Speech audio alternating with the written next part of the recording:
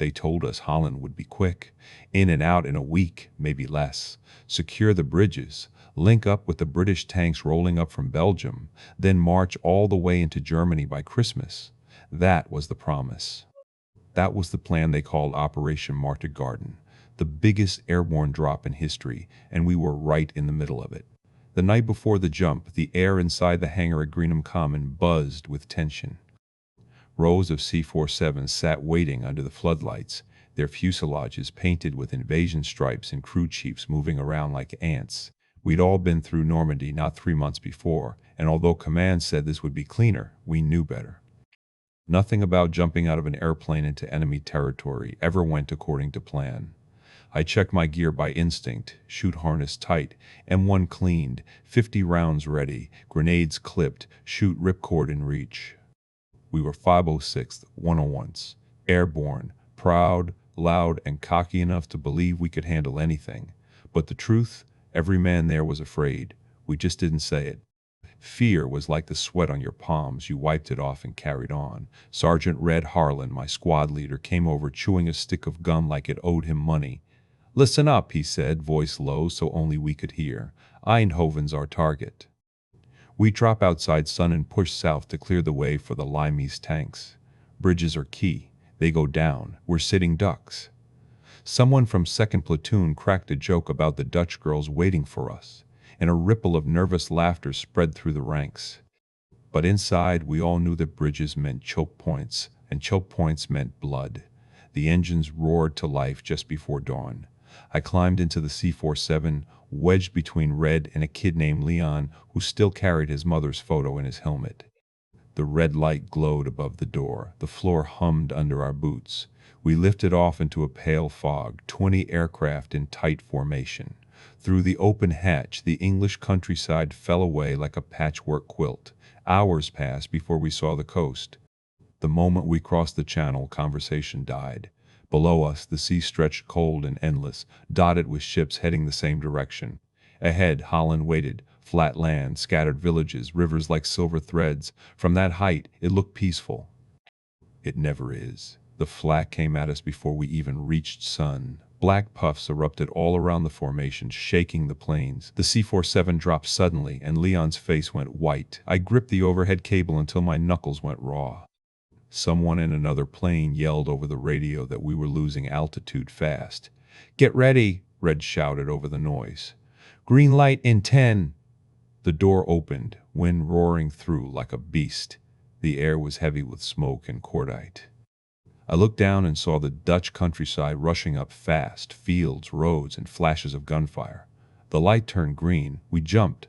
For a second, there was nothing, just wind, quiet, the kind that gets into your head and makes you forget there's a war at all.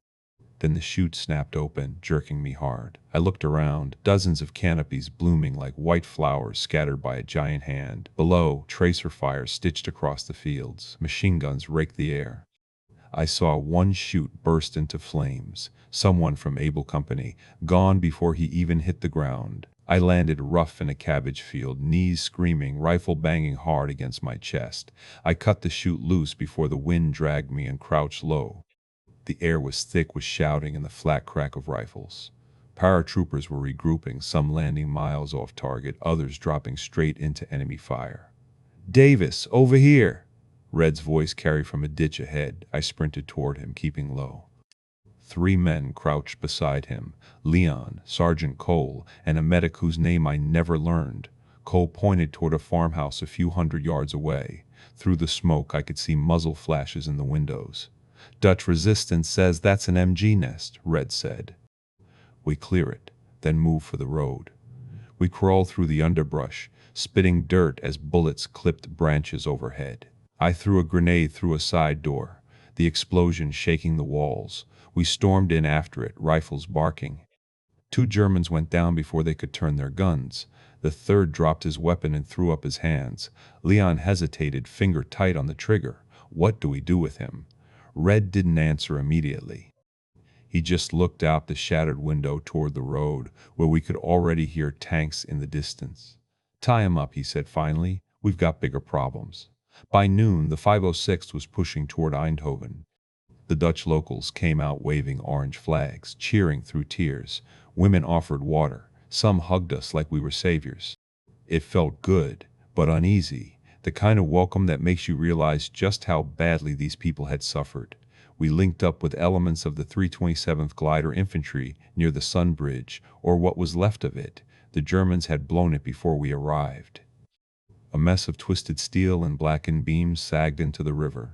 That bridge was supposed to be the route for British XXX Corps, the tanks coming up from Belgium. Without it, our whole timetable was collapsing. Red spat into the dirt. Well, there goes our ride to Berlin. But orders came fast. Engineers were already rigging a temporary crossing. Until it was ready, we were to push south and secure EindHoven itself. Reports said the Germans were organizing counterattacks from the north. A mix of SS troops, local garrisons, and armor trying to retake the bridges. That night, we bivouacked outside a small Dutch hamlet. Rain started falling. Thin, cold, miserable. We dug shallow foxholes in the mud and shared sea rations by flashlight.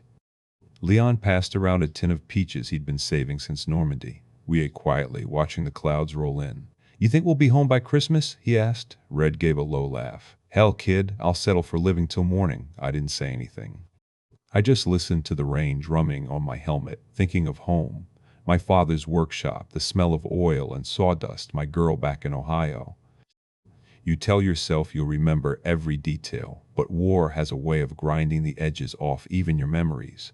Sometime past midnight I woke to distant thunder, not weather, artillery.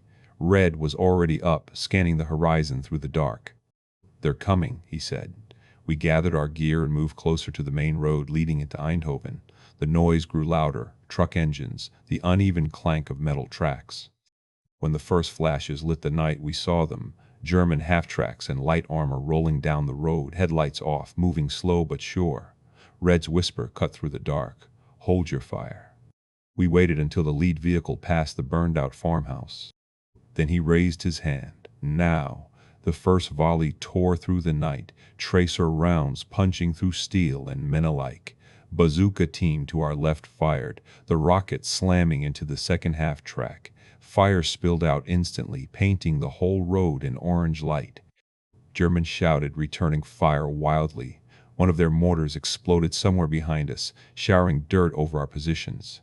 The fight lasted maybe 20 minutes, but it felt longer. When it was over, the road was blocked with burning vehicles. We'd stopped their advance for now, but we all knew they'd try again at dawn. By morning, smoke covered the skyline toward EindHoven. We could hear the British armor rumbling in the distance, finally crossing the makeshift bridge. Hope stirred again, fragile as glass. We pushed forward through hedgerows, fields littered with gliders, and villages half destroyed by shell fire. Civilians hid in basements, watching through cracked doors.